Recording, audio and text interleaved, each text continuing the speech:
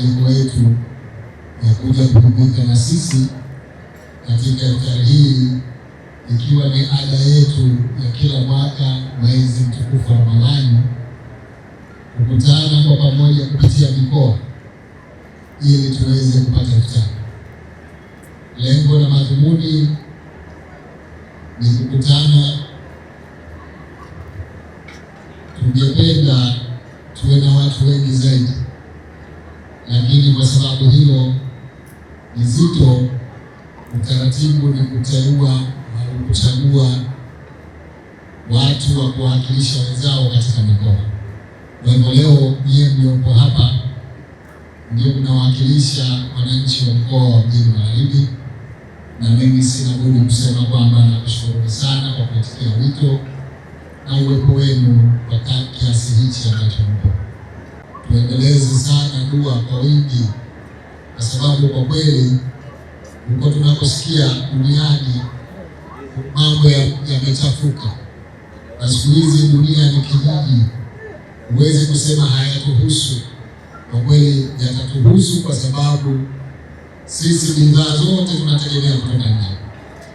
Kwa hivyo meli zinapokuwa haziwezi kuja huku kwetu, sio mashaka. Mafuta yakishindwa kufika huku, mashaka. Chakula kikishindwa kufika huku, mashaka.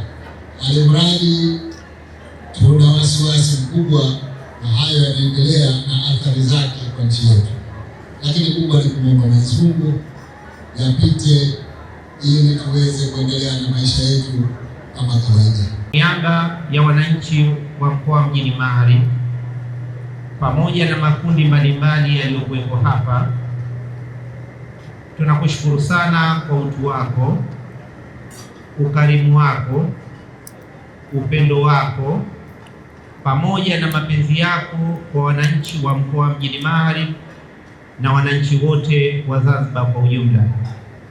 Sisi kwetu tunasema kwamba tutakuombea dua na tutazidi kumwomba Mwenyezi Mungu, hasa katika Ramadhani hii.